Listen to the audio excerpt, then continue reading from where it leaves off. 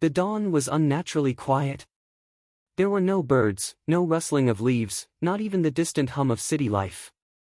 The world seemed to hold its breath as the alien craft descended. It hovered over Earth's atmosphere, a monolithic shape that blotted out the sun, casting a shadow across the Pacific Ocean. At the United Nations headquarters in New York City, leaders from across the globe gathered in hastily arranged emergency meetings. Screens filled with grainy images of the alien vessel, reports from fighter pilots, and the endless speculation of news anchors. The world's greatest powers were unified in one thing: fear. The Veltraxians announced their arrival in a booming voice that reverberated across the planet, transcending language barriers. The words were delivered directly to human minds, bypassing traditional technology entirely. We are the Veltraxians, travelers of the stars. We come not as conquerors but as allies. Humanity, your potential is vast, your ingenuity remarkable. We offer you knowledge, prosperity, and guidance. The message was clear, but the tone carried an undercurrent of condescension that humans didn't appreciate. Within hours, the internet was flooded with memes and debates dissecting their words. Were the Veltraxians truly offering friendship? Or was this the beginning of subjugation under a more advanced species? The landing. The Veltraxians chose a neutral location for their first landing, an open field in Switzerland, surrounded by mountains. The world's media captured the moment live, cameras trained on the colossal ship as it descended. Its surface shimmered like liquid silver, reflecting the natural beauty of its surroundings. A hatch opened with a hiss, and a ramp extended. The first Veltraxian emerged, a towering figure nearly 9 feet tall, its elongated limbs and smooth, obsidian skin giving it an alien elegance. Its glowing blue eyes scanned the assembled humans with curiosity. Despite their imposing size, the Veltraxians carried no visible weapons. Their attire was simple, resembling robes woven from threads of light. They moved gracefully, radiating an aura of calm. The world watched in awe, but the mood on the ground was far from serene. Soldiers stood at the ready, their fingers twitching near triggers. Tanks and drones surrounded the area, a clear display of human strength. The Veltraxian leader, who introduced itself as Carol, spoke first. Its voice was smooth, almost melodic. Humans, your history is riddled with struggle and conflict. Yet, you have persevered, crafting tools and civilizations against all odds. We see greatness in your species, despite your limitations. Limitations, muttered General Marcus Blake, one of Earth's top military minds, who stood among the delegation. His voice was low, but the Veltraxians' heightened senses caught it. Yes, Carol replied, tilting its head. You are fragile beings, short-lived and easily swayed by emotion. But this fragility is also your strength, for it has driven you to innovate and adapt. The statement was intended as a compliment, but it landed poorly. Fragile? Short-lived? The murmurs among the human delegation grew louder. A tense exchange. Dr. Elena Carter, an astrophysicist turned diplomat, stepped forward to defuse the situation. She was one of the few who had been advocating for a peaceful approach since the Veltraxians' arrival. Carol, she began, her tone carefully measured, humanity appreciates your recognition of our resilience. But understand, our history has taught us to be cautious. We've faced many challenges, often at the hands of those who claim to act in our best interest. Carol seemed genuinely puzzled. You believe we are a threat? Fascinating. We possess technology beyond your comprehension, yet we choose peace. If we wished to conquer, there would be no discussion. General Blake stepped forward, his posture stiff. That's exactly why we don't trust you. Anyone who has to claim they come in peace usually doesn't. Carol's glowing eyes narrowed, and for the first time, its voice grew colder. Your paranoia clouds your judgment, General. We could have destroyed your satellites, your cities, your armies, with the press of a single button. Instead, we chose dialogue. The air grew tense. Soldiers gripped their weapons tighter, and the Veltraxian guards, who had remained still until now, shifted slightly, their movements smooth but deliberate. Dr. Carter raised her hands. Enough. We're here to build bridges, not walls. Human ingenuity, human fear. Behind the scenes, humanity's paranoia was in full swing. While the delegation spoke with the Valtraxians, teams of scientists and engineers worked tirelessly to analyze the alien craft from a distance. Satellites scanned its surface, and covert drones attempted to collect samples of the strange energy field that surrounded it. In a secret military base, a group of researchers, led by the brilliant but eccentric Dr. Malcolm Reyes, worked on a desperate project, reverse engineering fragments of technology recovered from previous unexplained incidents. "We need leverage," Reyes declared, pacing the lab. "If these aliens decide to turn hostile, we can't rely on diplomacy alone." The result was an experimental weapon, a directed energy cannon capable of vaporizing targets from miles away. It was untested, unstable, and dangerous, but in the minds of its creators, it was humanity's best chance to even the odds. The first misstep.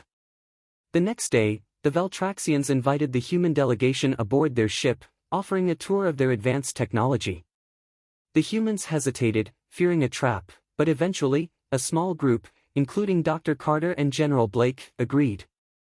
Inside, the ship was a marvel of engineering, with walls that seemed to shift and pulse like living tissue. The Valtraxians showcased devices that could cure diseases, generate limitless energy, and even manipulate gravity. But the moment of awe was short-lived. During the tour, a human drone, unauthorized by the delegation, breached the ship's energy field. It collided with the hull, creating a small but visible explosion. Carol turned sharply toward the humans. "Explain this." General Blake, who had no knowledge of the drone, looked equally stunned. "This wasn't authorized." "We don't know who."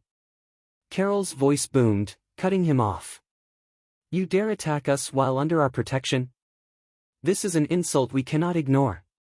The Valtraxian guards stepped forward, their luminous weapons materializing out of thin air. Human soldiers on the ground responded immediately, raising their rifles and shouting warnings. Dr. Carter placed herself between the two groups, shouting, "Stop. This is a misunderstanding." But it was too late. A single shot rang out, not from the humans, but from a malfunctioning Valtraxian weapon that fired prematurely. The bolt of energy struck the ground near the human soldiers, causing chaos. The fragile piece shattered in an instant.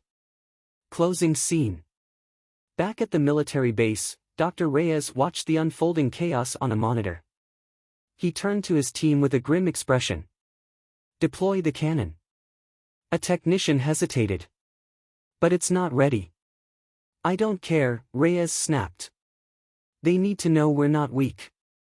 As the experimental weapon powered up, its energy field lighting up the night sky, humanity took its first, fateful step toward war. The skies over Switzerland lit up with a pulse of radiant energy. Humanity's experimental energy cannon had been fired. It wasn't aimed at the Valtraxian ship but rather detonated high in the atmosphere, creating a brilliant, artificial aurora visible for hundreds of miles. It was a warning shot. The Valtraxians, however, interpreted it differently. The Valtraxian response. On board their ship, Carol stood silent for a moment, processing the meaning of the energy discharge. To the Valtraxians, such a display was the equivalent of drawing a blade in the middle of a parley. Carol's voice, still calm but now carrying an edge, echoed across the human delegation. "You challenge us, knowing full well the power we wield? This is not bravery.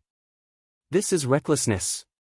General Blake, watching the scene unfold from the safety of the human encampment, leaned into his communicator. "I didn't authorize that. Tell them it was a test fire, an accident."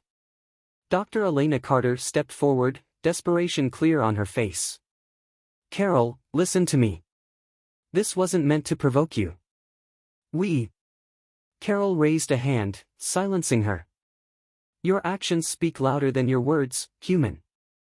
Carol turned to one of its guards, who nodded and activated a crystalline device on its wrist. Within seconds, the Valtraxian ship emitted a low hum. Across the globe, Earth's satellites flickered and went dark. Television screens filled with static, communication ceased, and GPS signals failed. Panic swept across the human camp as soldiers scrambled to make sense of the blackout. "This is your only warning," Carol said. "We wish for peace, but if you insist on conflict, you will learn what it means to challenge the Valtraxians." The alien leader turned and left, its guards following. The ship's ramp retracted, and the vessel began to ascend, disappearing into the clouds. Humanity's reaction. At the United Nations bunker in Geneva, chaos reigned. Leaders yelled over each other, military officials argued, and scientists tried to explain the loss of satellite communication. "We've been blinded," said Colonel Sarah Mendez, a cybersecurity expert. "Their tech isn't just advanced, it's leagues ahead of ours. If they want, they could shut down our entire planet." General Blake, now furious, slammed his fist on the table. "This is exactly why we can't trust them. They just crippled global infrastructure in seconds. And we're supposed to believe they're here for peace?" Dr. Carter, seated nearby, sighed heavily. "General, they didn't attack us. They disabled satellites to send a message, a warning. If they wanted to, they could have done much worse. And we're supposed to thank them for holding back?" Blake shot back.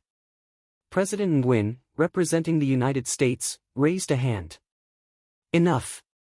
We need to focus on a strategy. If the Valtraxians perceive us as a threat, we need to prove we're not. At the same time, we can't let our guard down. We need diplomacy," Dr. Carter insisted. "They're not invincible, but engaging them in a full-scale war would be suicidal. They're trying to understand us, even if their methods seem harsh." "Understanding isn't good enough," Blake countered. "We need leverage." The cultural divide.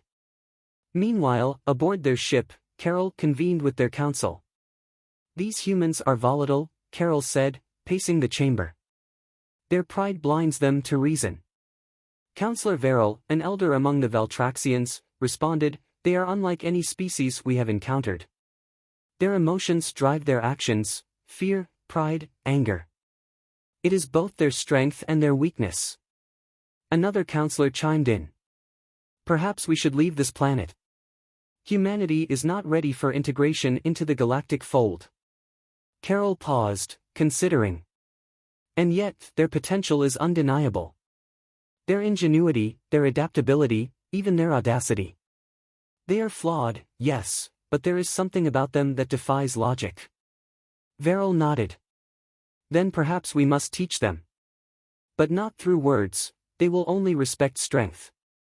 Carol's glowing eyes dimmed slightly, a sign of hesitation. "Strength alone might shatter them.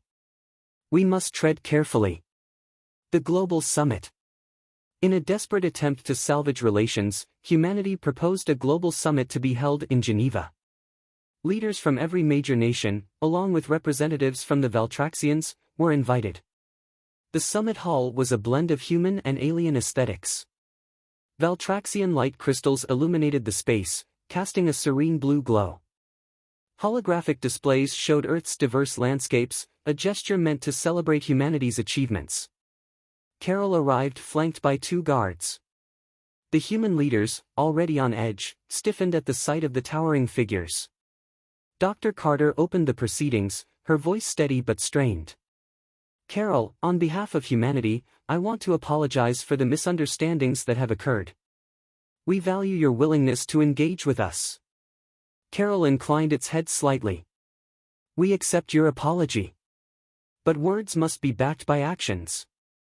Can humanity prove it is ready to join the galactic community?" The leaders exchanged uneasy glances. Before anyone could answer, General Blake interrupted. "And what gives you the right to decide that? You barge onto our planet, shut down our satellites, and now you're judging us?" Dr. Carter hissed under her breath, "Blake, stop." Carol's gaze shifted to Blake, its tone icy. "It is not our right, it is our responsibility. Your species has the potential to shape the future of this galaxy, for better or worse. If you cannot control yourselves, the consequences could be catastrophic."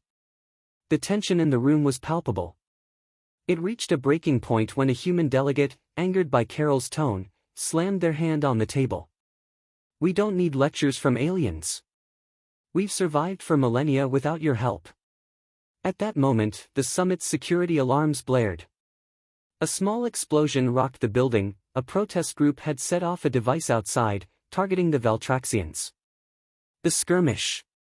The Veltraxian guards activated their energy shields, covering Carol. Human soldiers rushed into the room, guns drawn. "Stand down!" Dr. Carter screamed, but her voice was drowned out by the chaos. A single human soldier, panicked by the explosion, fired a shot.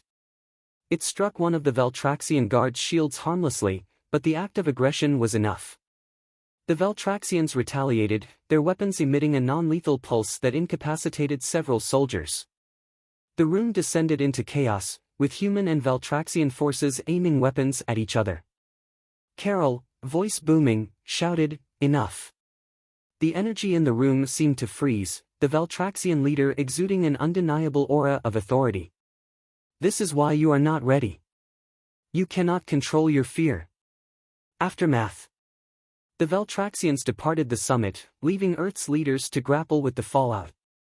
Humanity's divisions were on full display, and the fragile relationship with the Veltraxians seemed irreparably damaged. Back at the military base, Dr. Reyes, now emboldened by the chaos, pushed his team harder. "If diplomacy fails, we'll be ready. Humanity won't bow to anyone." Dr. Carter, watching from a distance, whispered to herself, "We might not have a choice." Above Earth, the Veltraxian ship moved into orbit, its massive silhouette a constant reminder of the growing tension. Both sides prepared for what felt inevitable, war. The first strike came from the Veltraxians. It was not a show of brute force but a calculated demonstration of their technological superiority. A series of localized electromagnetic pulses targeted Earth's key military installations, rendering them inoperable. Entire fleets of drones fell from the sky, communication networks collapsed, and the power grids of major cities flickered into darkness. Across the globe, panic erupted. For humanity, this was no longer a misunderstanding, it was war. The battle begins. General Blake stood in the underground command center of NORAD, illuminated by the dim glow of emergency lights. Maps and tactical displays flickered erratically as technicians scrambled to restore systems. "They've neutralized our satellites and most of our unmanned systems," a young officer reported, her voice shaky. Blake slammed his fist on the table. "We've been blindfolded, but we're not out of the fight. Patch me through to the remaining comm channels. Deploy ground units to major population centers, and get Reyes on the line. I want that cannon operational yesterday." Across the globe, humanity mobilized. Without satellites and centralized command, military forces reverted to older, decentralized methods of communication, coded radio signals, courier drones, and even physical messengers. Nations that had once stood as rivals now found themselves united against a common foe. In the skies above Earth, the Veltraxians prepared for their next move. Carol watched from the bridge of their vessel, observing humanity's frantic response. "They fight like cornered animals," Verrill remarked, their tone tinged with both respect and pity. Carol nodded. "And that makes them dangerous. Their desperation fuels their ingenuity." The guerrilla war.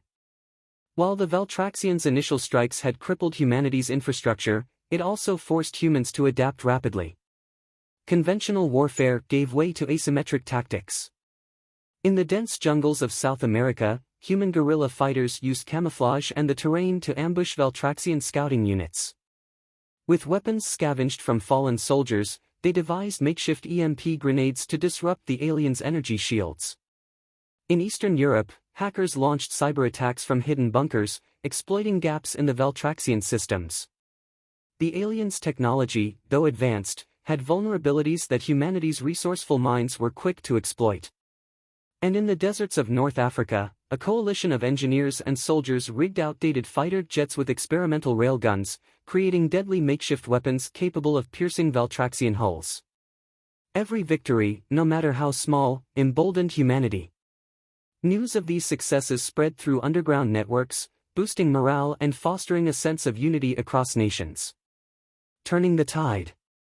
At a hidden base in the Rocky Mountains, Dr. Malcolm Reyes worked tirelessly with his team. The experimental energy cannon, nicknamed Erebus, had undergone significant upgrades. No longer just a weapon, it had been adapted to fire an EMP pulse capable of disabling Veltraxian technology over a wide area. This isn't just about destruction, Reyes explained to his team. It's about leveling the playing field. If we can knock out their tech, we force them to fight on our terms. The first test of Erebus came during a critical moment. A Veltraxian strike force had surrounded a human stronghold in Eastern Asia, its defenders outnumbered and outgunned. With the push of a button, the cannon unleashed a blinding pulse of energy, disabling the Veltraxians' shields and weapons. For the first time, humanity went on the offensive. Infantry units surged forward, overwhelming the disoriented Veltraxians with sheer numbers and brute force. The victory, though costly, marked a turning point in the war. Veltraxian doubts. Carol watched the aftermath of the battle from their ship's observation deck. The sight of Veltraxian soldiers retreating, their once impervious shields failing, was deeply unsettling. We underestimated them, Carol admitted to the council. Their resilience is unlike anything we've encountered before. Verrill frowned. Resilience alone will not win them this war. Our forces still hold the advantage. Do they? Carol countered. Every time we strike, they adapt. Every time we push, they push back harder. Their very weakness, this chaotic, emotional defiance, is becoming their greatest strength. A younger counselor, one who had remained silent until now, spoke up. Perhaps we should reconsider our approach. Continued conflict will only strengthen their resolve. Carol's eyes glowed faintly as they pondered the suggestion. Perhaps. But humanity must also learn the consequences of its defiance. Let us see how far they are willing to go. Humanity's resolve. On the front lines, soldiers and civilians alike were learning the cost of their defiance. Entire cities had been evacuated, their inhabitants forced to take refuge in underground shelters. Food and medical supplies were running low, and the constant threat of Veltraxian retaliation loomed over every decision. In one such shelter beneath London, Dr. Carter spoke to a group of survivors. This war isn't just about survival, she said, her voice firm. It's about proving to them, and to ourselves, that humanity is more than our flaws. We fight because we believe in something greater, our right to exist, to thrive, and to stand as equals in this universe. Her words resonated, igniting a spark of hope among the weary crowd. The battle for Earth. The final days of the war saw the largest mobilization of human forces in history. Every remaining resource, every ounce of ingenuity, was poured into a last-ditch effort to repel the Veltraxians. The plan was simple yet audacious: lure the Veltraxian fleet into a trap. Using Erebus and a network of EMP devices, humanity would disable the Veltraxians' technology, forcing them into a ground battle where human resilience and adaptability could shine. The trap was set in the ruins of New York City. As the Veltraxian ships descended, their energy shields shimmering in the twilight, Erebus fired its pulse. The effect was instantaneous. The alien ships faltered, their lights dimming as their systems went offline. Human forces, hidden among the wreckage, launched their attack. What followed was a brutal, chaotic battle. Without their advanced technology, the Veltraxians relied on their physical prowess and discipline, but humanity's determination and ingenuity proved unstoppable. A moment of reflection. As the dust settled, Carol stood amid the ruins, their armor scorched and their pride wounded. Across the battlefield, human soldiers cheered as they raised their makeshift flags, a symbol of their defiance. Dr. Carter approached Carol cautiously. "It didn't have to come to this," she said softly. Carol's gaze was unreadable. "Perhaps not. But in your defiance, you have shown us something we did not expect." "And what's that?" Carol gestured to the victorious soldiers. "That you are not fragile. You are not primitive. You are extraordinary." The war was far from over, but in that moment, both sides began to see each other in a new light. Humanity's fight had only just begun, but they had proven one thing beyond doubt: they would not go quietly into the night. The battlefield fell silent as humanity's last desperate strike left the Valtraxian forces stunned. Across the ruins of New York City, the combined might of soldiers, scientists, and civilians stood victorious. But it was a hollow victory. Both sides had paid a devastating price. Amidst the wreckage, humanity and the Valtraxians found themselves at a crossroads. Carol's choice. Carol, battered but still standing, surveyed the human forces. Despite their triumph, the humans did not cheer wildly or seek to humiliate their enemy. Instead, they tended to their wounded, both human and Valtraxian. The alien leader's gaze lingered on a young human medic bandaging a Valtraxian soldier's arm. The scene was a stark contradiction to the savagery Carol had witnessed during the war. "You fight with fury," Carol said, addressing General Blake and Dr. Carter, who approached cautiously. "But you also heal, even those who sought to destroy you." "Why?" Dr. Carter, her face streaked with soot, spoke first. "Because that's who we are. We may stumble into conflict, but we always strive for something better. We don't fight to destroy. We fight to protect." Carol turned to Blake, who remained silent for a moment before nodding. "She's right. I don't trust you, and I probably never will. But I don't want to see my people suffer. If there's a way out of this without more bloodshed, I'm willing to listen." Carol's glowing eyes dimmed as they contemplated the words. "Perhaps we have misjudged you. We came here to test your worthiness, but in doing so, we failed to see the truth of your resilience and compassion." The Council of Unity. 2 weeks after the climactic battle, a temporary ceasefire was declared. In the ruins of Geneva, human and Valtraxian leaders gathered once more, this time under a fragile but genuine truce. The atmosphere in the council chamber was tense but hopeful. Both sides knew the stakes: continue fighting, and both might be annihilated. Seek peace, and the galaxy itself could change. Carol stood at the center of the chamber, their presence commanding but no longer intimidating. "Humans, hear me. We came to test your strength, believing only the strongest deserved a place among the stars. We see now that strength is not just in weapons or tactics but in your will to endure and your capacity for mercy." Dr. Carter stepped forward, her voice steady. "And we've learned from you as well. Your technology, your unity, it's something we aspire to. But if we're to share this galaxy, it must be as equals. Not as conquerors and subjects." A murmur rippled through the room. Both sides understood the weight of the moment. Carol extended a hand, a gesture they had learned from observing humans. "Then let us begin anew. Not as adversaries, but as partners." Dr. Carter took the hand, sealing the agreement. The room erupted in applause, a rare moment of unity that carried a glimmer of hope. The rebuilding. The months that followed were a time of rebuilding. The Valtraxians shared their advanced technology, helping Earth restore its damaged infrastructure. In return, humanity taught the Valtraxians something they had never truly valued: creativity and adaptability in the face of adversity. Together, they developed hybrid technologies, blending Valtraxian energy systems with human ingenuity. Food production soared, diseases were cured, and entire cities were rebuilt in record time.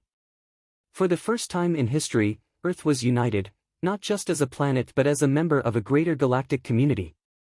Reflections. Carol stood aboard their ship, now stationed in Earth's orbit, watching the planet below. Veril approached, their expression one of quiet contemplation. "You seem troubled," Veril said. Carol's gaze did not waver. "I wonder if we made the right decision. Humanity is unlike any species we have encountered. Their potential is limitless, but so is their capacity for destruction." Veril nodded. "And yet, isn't that what makes them remarkable? They are flawed, yes, but they strive to overcome those flaws. Perhaps they will succeed. Perhaps they will fail. But their journey will shape us as much as it shapes them." Carol allowed a rare smile to cross their face. "You may be right, old friend. Perhaps it is we who have the most to learn." A new dawn. On Earth, Dr. Carter walked through the bustling streets of a newly rebuilt Geneva. Children played in the shadow of Veltraxian ships, now symbols of peace rather than war. She paused at a memorial erected in the city square. It bore the names of those who had fallen in the conflict, human and Veltraxian alike. Above the names was a simple inscription. In unity, we find strength.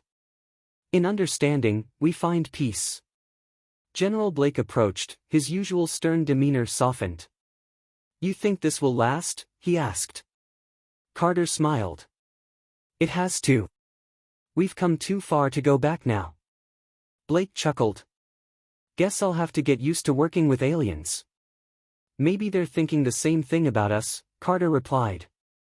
As the sun set over the city, its golden light reflected off the glass towers and Veltraxian ships, casting a warm glow over a planet reborn.